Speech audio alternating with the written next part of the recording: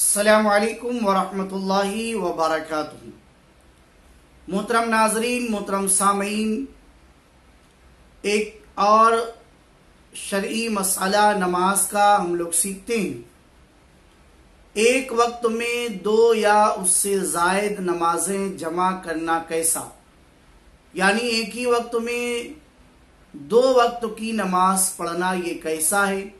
आमतौर पर आवाम में ये ख्याल है कि अगर हमें सफ़र करना है तो मगरिब की नमाज पढ़ ली जाए और फौरन इशा की नमाज पढ़ ली जाए और सफ़र शुरू कर दिया जाए, ऐसा करना जायज़ है। ये आवाम का ख्याल है, आवाम समझती है।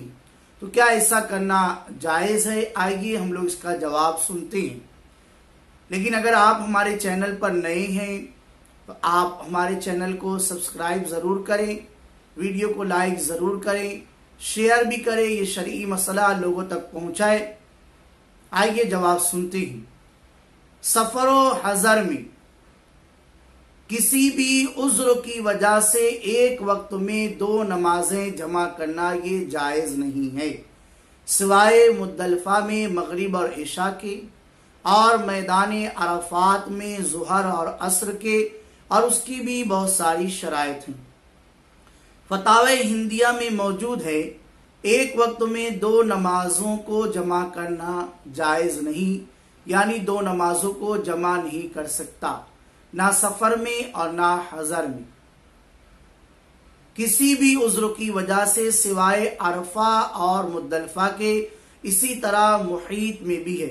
आप किताबुस सलात बाबुल मवाक़ीत में ये चीज देख सकते हैं, डिस्क्रिप्शन में इसकी तफसील मौजूद है।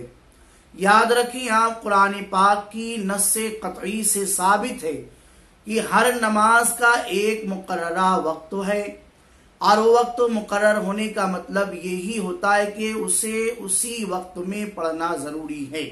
अल्लाह तबारक व तआला कुरान पाक में इरशाद फरमाता है, इन्नस्सलाता कानत अलल मुमिनीना किताबम मौक़ूता, पारा नंबर 5 सूरह निसा आयत नंबर 103 में ये मौजूद है, जिसका मतलब ये है, बेशक नमाज मुसलमानों पर वक्त बांधा हुआ फर्ज है। इस आयत के तहत तफसीर खाजिन में ये बात तहरीर है कि किताब बमाना मकतूब है, यानी मुकर्ररा औकात में फर्ज है, लिहाजा उनको उनके वक्तों के अलावा, यानी नमाजों को उनके वक्तों के अलावा किसी और वक्त में अदा करना किसी हालत में भी जायज़ नहीं, ना हालत खौफ में और ना हालत अमन में। और अहादीस तैयबा में वक्त गुजार कर नमाज पढ़ने को नाजायज़ व गुनाह फरमाया गया है, जिससे वाज़ेह है कि हर नमाज को उसके उसी वक्त में पढ़ना ज़रूरी है। किसी नमाज को दूसरी नमाज के साथ जमा करना ये जायज़ नहीं है। और ये भी याद रखें कि इमाम मोहम्मद रहमतुल्लाहि ताला अलैह ने खुद फरमाया, हमें हजरत उमर बिन खत्ताब रदियल्लाहु ताला अन्हु के हवाले से खबर पहुंची कि आपने मुख्तलिफ इलाकों में खत भेजा, जिसमें आपने उन्हें जमा बैनस सलातैन, यानी दो नमाजों को जमा करने से मना किया, और उन्हें खबर दी कि एक वक्त में दो नमाजों को जमा करना कबीरा गुनाहों में से एक कबीरा गुनाह है। हमें इस बात की सिका लोगों ने बेरिवायत अला बिन हारिस अन मखहूल खबर दी है।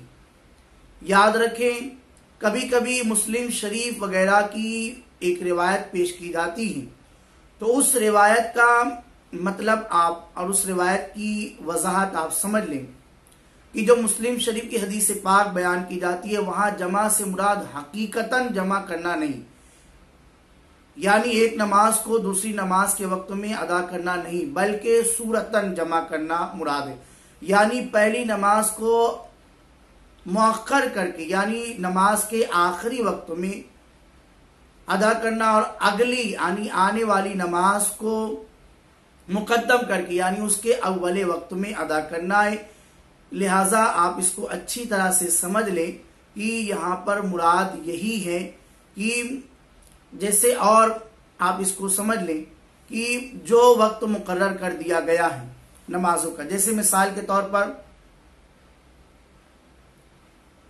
ज़ोहर का बिल्कुल आखिरी वक्त तो आया और नमाज पढ़कर उसी जगह पर बैठ गए, लेकिन वो ज़ोहर के वक्त ही में नमाज अदा की गई। अब थोड़ी देर तक बैठे रहे, ज़ोहर का बिल्कुल आखिरी वक्त था। अब असर का वक्त शुरू हो गया, तो अब असर की नमाज पढ़ ली गई और सफर पर निकल गए। तो ये दोनों नमाजों को अपने वक्त ही में पढ़ा गया, अगरचे एक नमाज को आखिरी वक्त में पढ़ा गया और दूसरी को इब्तिदाई वक्त में। ऐसे ही मगरिब की नमाज का वक्त हो चुका, सफर ही में है, सफर जारी है। मगरिब का बिल्कुल आखिरी वक्त आया, तो उसी वक्त हम मगरिब की नमाज अदा कर ली गई। और जैसे ही अदा करके बैठे 5 मिनट हुआ, इशा का वक्त शुरू हो गया, तो मगरिब की आखिरी वक्त में नमाज अदा की गई और इशा की बिल्कुल इब्तिदाई वक्त में नमाज अदा कर ली गई। तो ये दोनों नमाजों को अपनी अपनी जगह पर ही अदा किया गया।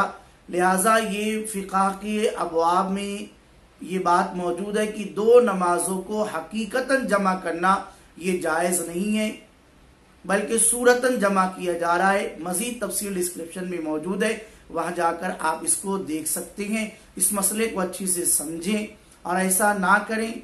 जो नमाज जिस वक्त में मुतय्यन कर दी गई है उसी वक्त में उस नमाज को अदा करना जायज़ है।